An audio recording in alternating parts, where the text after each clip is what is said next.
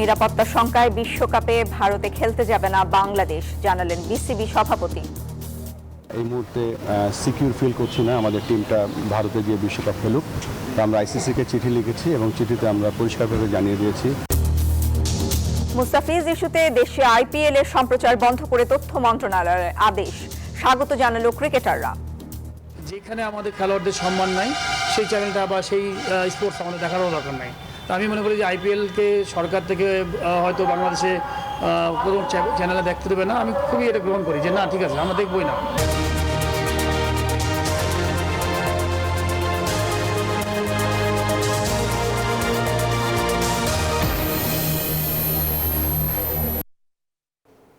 দর্শক দেখছিলেন প্রধান শিরোনাম।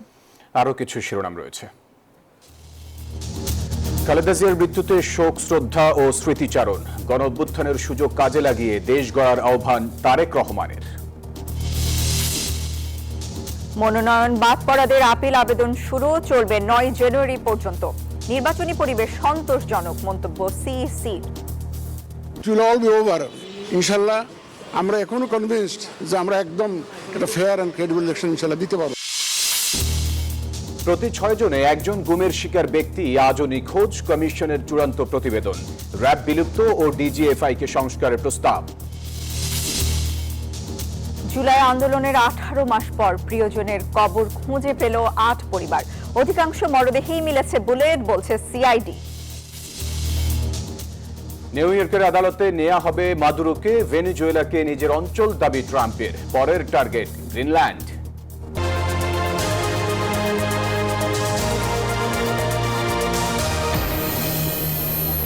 দর্শক স্বাগত নিউজ 24 সংবাদে। আর পুরো সংবাদ জুড়ে আপনাদের সাথে আছি আমরা দুজন, আমি ফয়সাল মাহমুদ এবং আমি সঞ্জিতা ইসলাম। দর্শক দেখছিলেন বিআরবি কেবলস সংবাদ শিরোনাম। টি-20 বিশ্বকাপে বাংলাদেশ দলের ভারত যাওয়া না যাওয়ার সিদ্ধান্তে উত্তাল দেশের ক্রীড়াঙ্গন। রাজনৈতিক কারণে ফিজের আইপিএল থেকে বাদ পড়ায় ক্ষুব্ধ বিসিবি সহ সভাপতি ফারুক আহমেদ। আর নিরাপত্তাহীনতায় বাংলাদেশ দল ভারত যাবে না বলে সাফ জানিয়ে দিয়েছেন বিসিবি সভাপতি আমিনুল ইসলাম বুলবুল। একই দিন মুস্তাফিজ ইস্যুতে এবার দেশের ভেতরে আইপিএল এর সম্প্রচার বন্ধ ঘোষণা করে আদেশ জারি করেছে তথ্য মন্ত্রণালয়। 16 ডিসেম্বর আবুধাবিতে আইপিএল নিলামে 9 কোটি 20 লক্ষ রুপিতে মুস্তাফিজকে কেনে শাহরুখ খানের দল কলকাতা নাইট রাইডার্স। বাংলাদেশিদের মধ্যে রেকর্ড দামে মুস্তাফিজকে কেনার সংবাদে ঢাকায় বিজয় দিবসের উৎসবে লাগে বাড়তি রং, তবে বাধা হয়ে দাঁড়ায় উগ্র হিন্দুত্ববাদীরা। শেষ পর্যন্ত ভারতীয় ক্রিকেট বোর্ডের নির্দেশে ফিজকে স্কোয়াড থেকে বাদ দেয় কলকাতা নাইট রাইডার্স। ঘটনার দুদিন পর তথ্য মন্ত্রণালয় আদেশ জারি করে দেশে আইপিএল এর সম্প্রচার বন্ধের ঘোষণা দেয় সরকার। এর আগে ক্রীড়া উপদেষ্টা সহ সরকারের বেশ কয়েকজন উপদেষ্টা এ বিষয়ে উদ্বেগ জানান। এরপরই নড়েচড়ে বসে বাংলাদেশ ক্রিকেট বোর্ড। বিসিবি কর্তাদের জরুরি বৈঠকে সিদ্ধান্ত আসে ভারতে বিশ্বকাপ খেলতে যাবে না বাংলাদেশ, যার প্রেক্ষিতে ভেন্যু পরিবর্তন ও নিরাপত্তার শঙ্কার কথা জানিয়ে আইসিসিকে চিঠি দেয় বিসিবি। এবার এ নিয়ে প্রকাশ্যে কথা বলেছেন বোর্ড সভাপতি। এই মুহূর্তে সিকিউর ফিল করছি না আমাদের টিমটা ভারতে গিয়ে বিশ্বকাপ খেলুক। আমরা আইসিসিকে চিঠি লিখেছি এবং চিঠিতে আমরা পরিষ্কারভাবে জানিয়ে দিয়েছি আমরা কি বলতে চাচ্ছি, কেননা আমাদের কাছে মনে হচ্ছে সিকিউরিটি একটা বড় কনসার্ন এবং সেটা ফলো করছি। আমরা আইসিসিকে মেল পাঠিয়েছি এবং আমরা সাথে সাথে তাদের কাছ থেকে একটা মিটিং করার জন্য তারা আমাদেরকে বলবে খুব তাড়াতাড়ি। সেখানে আমাদের কথাগুলো আমরা এক্সপ্রেস করবো, বাট যে ইমেলটা পাঠিয়েছি তার রিপ্লাইয়ের উপরে নির্ভর করছে আমরা পরবর্তী পদক্ষেপ কি নেব। মুস্তাফিজকে আইপিএল থেকে বাদ দেওয়ার ঘটনাকে রাজনীতির শিকার বলছে বিসিবি সহসভাপতি ফারুক আহমেদ। সেই সঙ্গে দেশে আইপিএল এর সম্প্রচার বন্ধে সরকারের নেয়া পদক্ষেপকে স্বাগত জানান বোর্ড পরিচালক খালেদ মাসুদ পাইলট। একটা রাজনৈতিক কারণে একটা ছেলেকে এত ভালো ক্যালিবারের একটা প্লেয়ার যে তার অনেক কিছু দেখাতে পারতো এই আইপিএলে, সেটা করতে পারিনি, যেন আমরা দুঃখিত সবাই। যেখানে আমাদের খেলোয়াড়দের সম্মান নাই সেই চ্যানেলটা বা সেই স্পোর্টস আমাদের দেখারও দরকার নাই। তো আমি মনে করি যে আইপিএলকে সরকার থেকে হয়তো বাংলাদেশে কোনো চ্যানেলে দেখতে দেবে না। আমি খুবই এটা গ্রহণ করি যে না, ঠিক আছে, আমরা দেখবই না। এখন দেখার বিষয় শেষ পর্যন্ত আইসিসি থেকে কি সিদ্ধান্ত আসে বাংলাদেশের বিশ্বকাপ খেলার বিষয়ে। আবরার আল দাইয়ান, নিউজ 24, ঢাকা। বিএনপি চেয়ারপারসনের মৃত্যুতে শেষ হলো 7 দিনের দলীয় শোক। শেষ দিনেও শ্রদ্ধা জানাতে খালেদা জিয়ার সমাধিতে ভিড় করেন দলের নেতাকর্মীরা। স্মৃতিচারণ করে দলটির স্থায়ী কমিটির সদস্য ডক্টর মঈন খান জানান, বেগম জিয়ার রাজনৈতিক জীবন এতটা মসৃণ ছিল না। নানা চড়াই উতরাই পেরিয়ে তিনি বিএনপিকে নিয়ে গেছেন জনতার কাছে। দেশের মাটি মানুষই আমার সবকিছু, কাজে আমি দেশের বাইরে যাব না। জিয়া উদ্যানে স্বামীর সমাধির পাশেই শায়িত বিএনপি চেয়ারপারসন খালেদা জিয়া। দেশের বাহিরে তার কোনো ঠিকানা নেই, মৃত্যুর পরও অটুট থাকলো তার এই বক্তব্য। দেশের বাইরে আমার কোনো ঠিকানা নেই, এটাই হলো আমার ঠিকানা। খালেদা জিয়ার মৃত্যুতে দলীয় শোকের শেষ দিনেও শ্রদ্ধা জানাতে সমাধিসৌধে ভিড় করেন বিএনপি নেতাকর্মীরা। শ্রদ্ধার কাফেলা দীর্ঘ করেন নানা শ্রেণী পেশার মানুষ। তারা বলেন, খালেদা জিয়ার গণতান্ত্রিক লড়াই এদেশের মানুষকে ঐক্যবদ্ধ করেছে।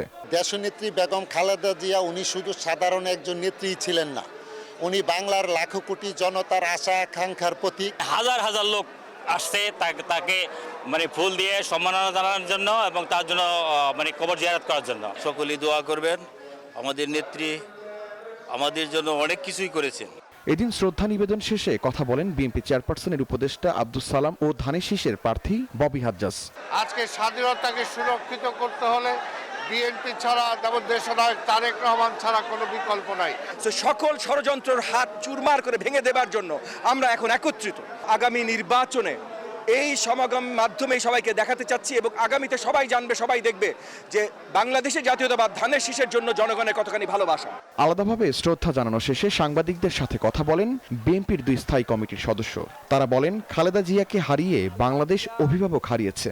বাংলাদেশের মানুষের অধিকার প্রতিষ্ঠার ইতিহাসে, বাংলাদেশের মানুষের ভোটের অধিকার প্রতিষ্ঠার ইতিহাসে, বাংলাদেশের মানুষের কথা বলার ইতিহাসে একটি অনন্য নাম দেশনেত্রী বেগম খালেদা জিয়া। বেগম খালেদা জিয়ার যে অভাব এই দেশে, এটা কিন্তু আমি বলে শেষ করতে পারবো না। তারা আরো বলেন, আসন্ন নির্বাচনে ধানের শীষে ভোট দিতে মানুষ মুখিয়ে আছে। এ সময় সকল অপশক্তির বিরুদ্ধে নিজেদের ঐক্য সমুন্নত রাখার উপর গুরুত্বারোপ করেন তারা। আমাদেরকে ঐক্যবদ্ধ থাকতে হবে যাতে শান্তিপূর্ণভাবে একটি নির্বাচন অনুষ্ঠিত হয়। শাহরিয়ার কবির, নিউজ 24, ঢাকা। 24-এর অভ্যুত্থানের সুযোগ কাজে লাগিয়ে সরকার এবং বিরোধী দল মিলে দেশ গঠনে কাজ করতে আহ্বান জানিয়েছেন বিএনপির ভারপ্রাপ্ত চেয়ারম্যান তারেক রহমান। দুপুরে গুলশান কার্যালয়ে গণতান্ত্রিক যুক্তফ্রন্টের নেতাদের সঙ্গে বৈঠকে এই আহ্বান জানান তিনি। এদিকে তারেক রহমানের সঙ্গে বৈঠক করেছেন বিসিবি সভাপতি আমিনুল ইসলাম বুলবুল, গণসংহতি আন্দোলনের প্রধান সমন্বয়কারী জোনায়েদ সাকি সহ কয়েকটি দলের নেতারা। বেগম খালেদা জিয়ার মৃত্যুতে বিএনপির 7 দিনের শোক কর্মসূচির শেষ দিন ছিল সোমবার। মায়ের মৃত্যুর শোক কাটিয়ে ধীরে ধীরে রাজনীতির ময়দানে সরব হচ্ছেন বিএনপির ভারপ্রাপ্ত চেয়ারম্যান তারেক রহমান। গুলশান এভিনিউয়ের বাসা থেকে সোমবার দুপুর 12:15টায় চেয়ারপারসনের কার্যালয়ে আসেন তিনি। দুপুর 12:30টার দিকে 9টি বাম দলের সমন্বয়ে গঠিত গণতান্ত্রিক যুক্তফ্রন্টের নেতাদের সাথে বৈঠকে মিলিত হন তারেক রহমান। এ সময় দেশের বর্তমান রাজনৈতিক পরিস্থিতি সহ নানা বিষয়ে আলোচনা হয় বলে জানান গণতান্ত্রিক যুক্তফ্রন্টের সমন্বয়ক বজলুর রশিদ ফিরোজ। যারা সরকারে থাকবে, যারা বিরোধী দলে থাকবে, সবাই মিলেই দেশটাকে সামনের দিকে অগ্রসর করে নিতে হবে, সেই আশাবাদ উনি ব্যক্ত করলেন। মুক্তিযুদ্ধ আমাদের ভিত্তি এবং 90-এর গণ অভ্যুত্থান এবং 24-এর গণ অভ্যুত্থানের যে আকাঙ্ক্ষা, সেই আকাঙ্ক্ষাকে ধারণ করেই আমরা নতুন যে বাংলাদেশ, একটা কল্যাণ রাষ্ট্র বাংলাদেশ, সেটা গড়ে তুলতে চাই। সেই কথাটা উনি এখানে বললেন। পরে তারেক রহমানের সঙ্গে বৈঠক করেন গণসংহতি আন্দোলনের প্রধান সমন্বয়কারী জোনায়েদ সাকি। বাংলাদেশে এই নির্বাচন কেন্দ্রিক, ভোট কেন্দ্রিক যে রাজনৈতিক সংকট, এটা যাতে আর কখনো তৈরি না হয়, সুষ্ঠু নির্বাচন এবং তার মধ্যে দিয়ে জনগণের মতামত প্রকাশ করার স্বাধীনতা নিশ্চিত করা এবং সেইটা কার্যকর করাটাই বাংলাদেশের সামনের লক্ষ্য। বিকেলে তারেক রহমানের সঙ্গে বৈঠক করেন বিসিবির সভাপতি আমিনুল ইসলাম বুলবুল ও বাফুফের সভাপতি তাবিথ আওয়াল। জমিয়তে ওলামে ইসলাম বাংলাদেশের নেতা জুনায়েদ আল হাবিবও তারেক রহমানের সঙ্গে বৈঠক করেন। এছাড়া এবি পার্টি ও বাংলাদেশের লেবার পার্টির শীর্ষ নেতারা তারেক রহমানের সঙ্গে সাক্ষাৎ করেন। যে শহীদ প্রেসিডেন্ট জিয়াউর রহমান বলেছিলেন যে সরকার শুধু থাকলে হবে না, বিরোধী দলও হতে হবে একটা দায়িত্বপূর্ণ বিরোধী দল। সে কথাটা আমরা ওনার সাথে কথা বলেছি এবং উনি সেটাকে গুরুত্ব দিয়েছেন। এদিকে বেগম খালেদা জিয়ার মৃত্যুতে গুলশান কার্যালয়ে তারেক রহমানের কাছে শোকবাণী পাঠিয়েছেন অন্তর্বর্তী সরকারের প্রধান উপদেষ্টা ডক্টর মোহাম্মদ ইউনূস। বিএনপি ঘোষিত শোক কর্মসূচির শেষ দিনে গুলশান কার্যালয়ে নানা শ্রেণী পেশার মানুষ শোক বইয়ে স্বাক্ষর করেন। সাইফুল ইসলাম, নিউজ 24, ঢাকা।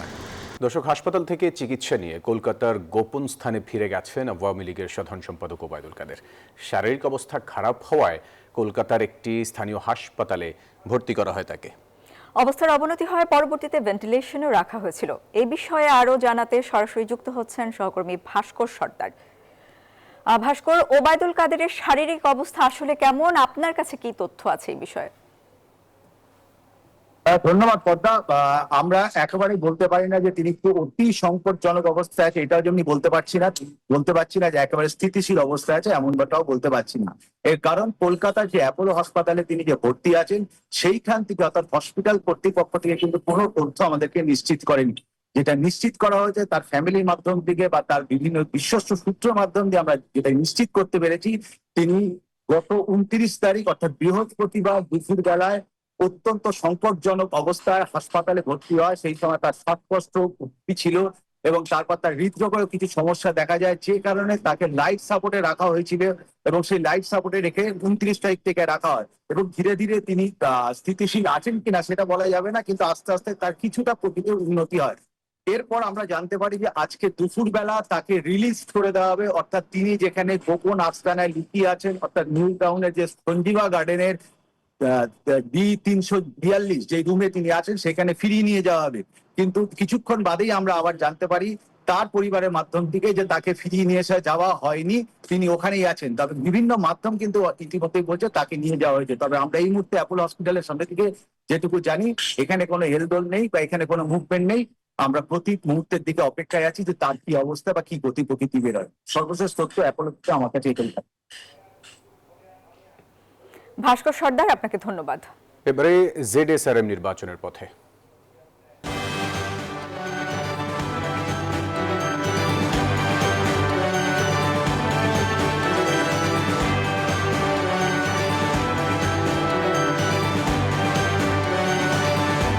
প্রার্থীদের বিরুদ্ধে আর্থিক কোনো অসঙ্গতি প্রকাশ পেলে দ্রুত ব্যবস্থা নেওয়া হবে। বিকেলে দুদক কার্যালয়ে রিপোর্টার্স এগেইনস্ট করাপশনের নবনির্বাচিত কমিটির সাথে সংস্থাটির মতবিনিময় সভায় এই কথা বলেন দুদক চেয়ারম্যান ডক্টর আব্দুল মোমেন।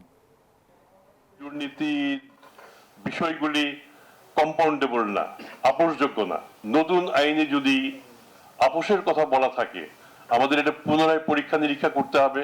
আমরা এটা দেখে আমরা আমাদের যে বেসিক যে চিন্তা, দুর্নীতির সাথে আপোষ নাই, আমরা সেখানেই থাকব। মনোনয়ন ফিরে পেতে প্রথম দিনে 42টি আপিল দায়ের করেছেন প্রার্থীরা। তাদের প্রত্যাশা নির্বাচন কমিশন তাদের প্রার্থিতা বৈধ ঘোষণা করবে। প্রধান নির্বাচন কমিশন জানান, দেশে নির্বাচনী পরিবেশ রয়েছে।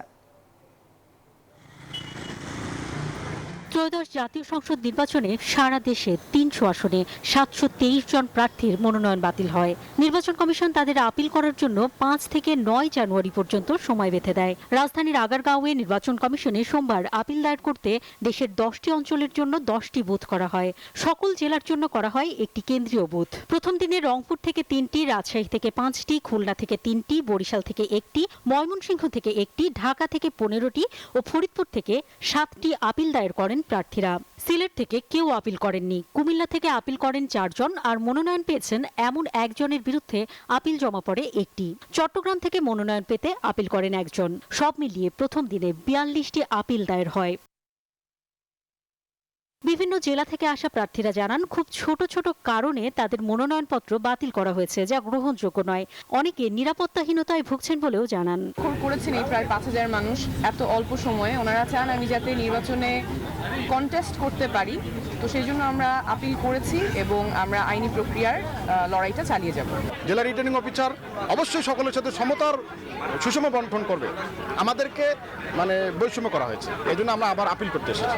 যদি এখান থেকে এনিহাও আমি রেজাল্ট না পাই, তাহলে ইনশাল্লাহ হাইকোর্টের দ্বারস্থ হব।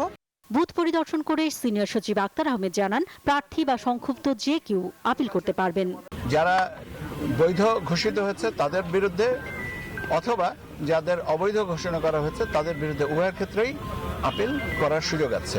আর প্রধান নির্বাচন কমিশনার পরিদর্শন শেষে বলেন, অবাধ ও সুষ্ঠু নির্বাচন সম্পন্ন করতে পারবে কমিশন।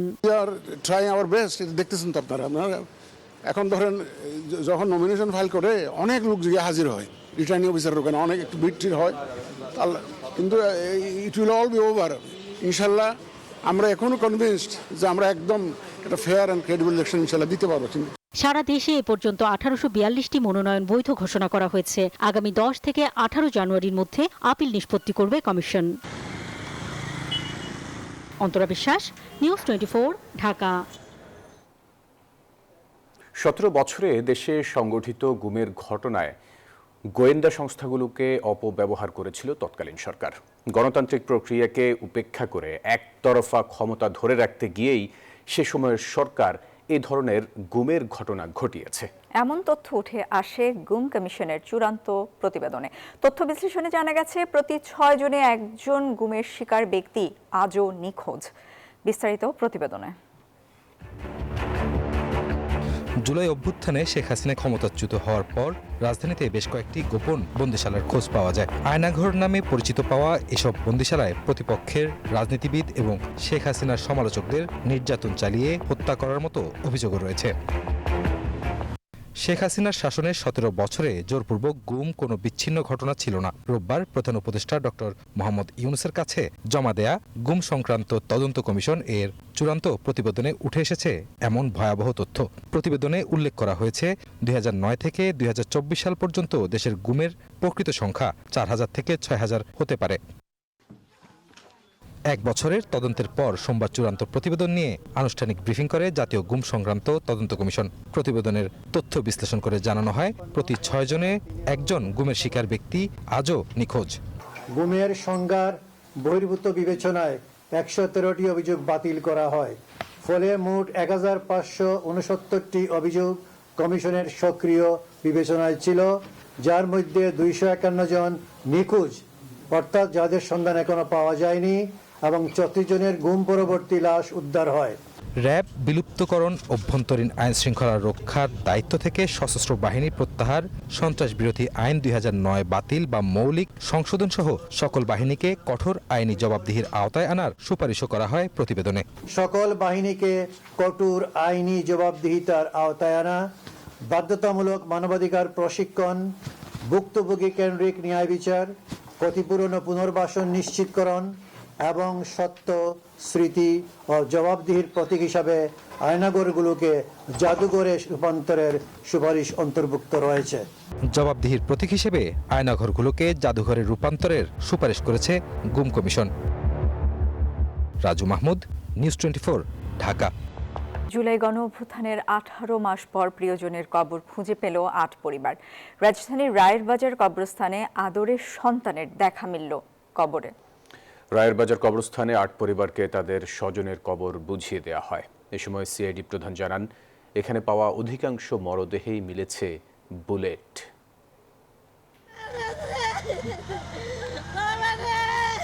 স্বজন থাকার পরও জুলাই গণ অভ্যুত্থানে নিহতদের বেওয়ারিশ হিসেবে দাফন করা হয় রায়ের বাজার সংলগ্ন কবরস্থানে। প্রিয় সন্তান কিংবা ভাইয়ের মরদেহ ছুঁয়ে দেখার ইচ্ছে পূরণ না হলেও 18 মাস পর মিলেছে তাদের পরিচয়।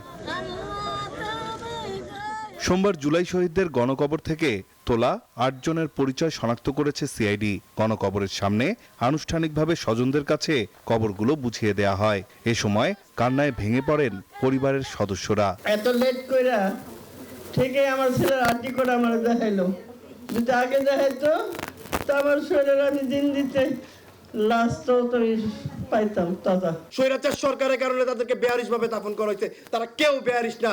সিআইডি বলছে, জুলাই আন্দোলনে 114 অজ্ঞাতনামা ব্যক্তির মরদেহ এই কবরস্থানে দাফন করা হলেও পরিচয় মিলেছে মাত্র 8 জনের।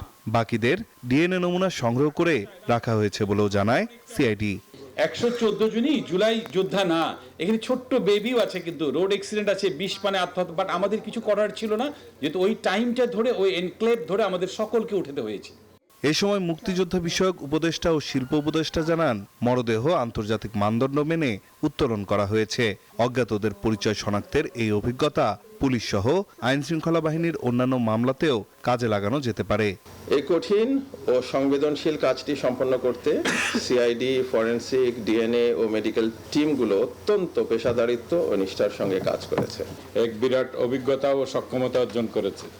আমি প্রত্যাশা করব যে অন্যান্য পুলিশি তদন্ত এবং অনুসন্ধান প্রক্রিয়ায় এই অভিজ্ঞতা যেন কাজে লাগানো হয়। পরে শহীদদের আত্মার মাগফিরাত কামনায় দোয়া করা হয়। নাইম আলচিকো, নিউজ 24, ঢাকা। এবারে মধুমতি ব্যাংক পিএলসি অর্থ বাণিজ্য সংবাদ।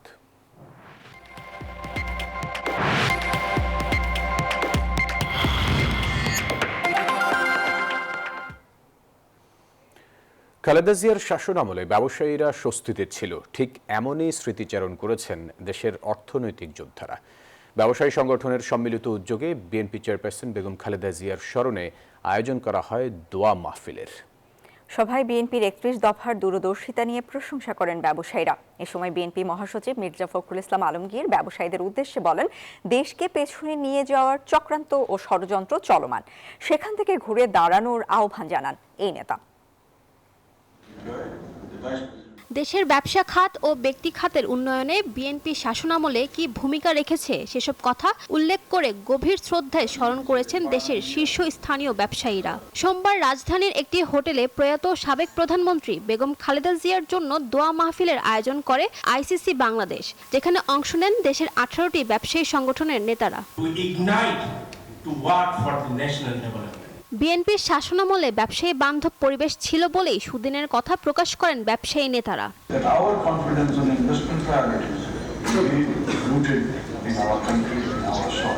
তার শাসন আমলে দেশের সামগ্রিক অর্থনৈতিক ভিত্তিকে সুদৃঢ় করতে ভূমিকা রাখে। ব্যবসা বান্ধব একটা প্রাইভেট সেক্টর ড্রিভেন ইকোনমিতে আমরা সবাই ওনার সাথে সাথ দিব।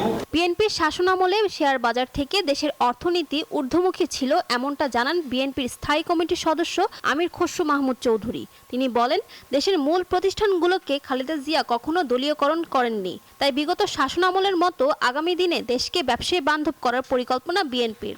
বাংলাদেশের মূল যে প্রতিষ্ঠানগুলো সেগুলোকে উনি রাজনীতিকরণ করতে দেয়নি। আমি এক্সাম্পল হিসেবে বলতে পারি, বাংলাদেশ ব্যাংকে কোনো রাজনীতিক অ্যাপয়েন্টমেন্ট হয় নাই কোনো সময়। এদিকে সভায় বেগম খালেদা জিয়ার সঙ্গে ঘটে যাওয়া আওয়ামী সরকারের নির্যাতনের কথা জানান মির্জা ফখরুল। বলেন, ফ্যাসিস্ট আমলে নিম্ন আদালত থেকে উচ্চ আদালত সবাই যেন আওয়ামী লীগকে সন্তুষ্ট করতেই ব্যস্ত ছিল। ট্রায়াল জাজ তাকে 5 বছরের সাজা দিয়েছিল, হাইকোর্ট থেকে 10 বছরের সাজা করা হয়েছিল সেটাকে। আমি কথাটা এই জন্য বলছি যে হায়ার জুডিশিয়ারিরও কি অবস্থা দেখেছিল, সবাই যেন তুষ্ট করতে পারলেই খুশি হয়। দেশকে পেছনের দিকে নিয়ে যাবার চক্রান্ত মোকাবেলায় ব্যবসায়ীদের ভূমিকা রাখার আহ্বান জানান মির্জা ফখরুল। সবাই ঐক্যবদ্ধ হয়ে বাংলাদেশের একটা নতুন ভবিষ্যৎ নির্মাণ করব। ফারজানা রিয়া, নিউজ 24, ঢাকা। হাতকড়া পরা অবস্থায় কড়া নিরাপত্তায় নিউ ইয়র্কের একটি আদালতে নেওয়া হলো ভেনেজুয়েলার প্রেসিডেন্ট নিকোলা মাদুরোকে। পাশে রয়েছেন তার স্ত্রী সিলিয়া ফ্লোরেস। সোমবার নিকোলা মাদুরোকে নিউ ইয়র্ক আদালতে স্থানান্তরিত হতে দেখা যায় হাতকড়া পরা অবস্থায়। সংবাদ সূত্রের দাবি, মাদুরো ও তার স্ত্রীর বিরুদ্ধে মাদক ও অস্ত্র পাচার সংক্রান্ত একাধিক অভিযোগ রয়েছে। এই ঘটনা ভেনেজুয়েলার জনগণের জন্য একটি অত্যন্ত অস্বাভাবিক ও বিস্ময়কর এক মুহূর্ত, যদি এই ঘটনাটি সত্য হয়, জানিয়েছে একাধিক গণমাধ্যম। খবরে বলা হচ্ছে, শনিবার কারাকাসে তাদের সরকারি কম্পাউন্ড থেকে আটক করা হয় এবং একটি বিশেষ বাহিনীর অভিযানের অংশ হিসেবে তাদের যুক্তরাষ্ট্রে নিয়ে যাওয়া হয়। এই ঘটনার তীব্র প্রতিক্রিয়া জানিয়েছে চীন ও ইরান সহ মাদুরোর কয়েকটি মিত্র দেশ। বেজিং বলছে, ওয়াশিংটনের এই পদক্ষেপ আন্তর্জাতিক আইনের স্পষ্ট লঙ্ঘন।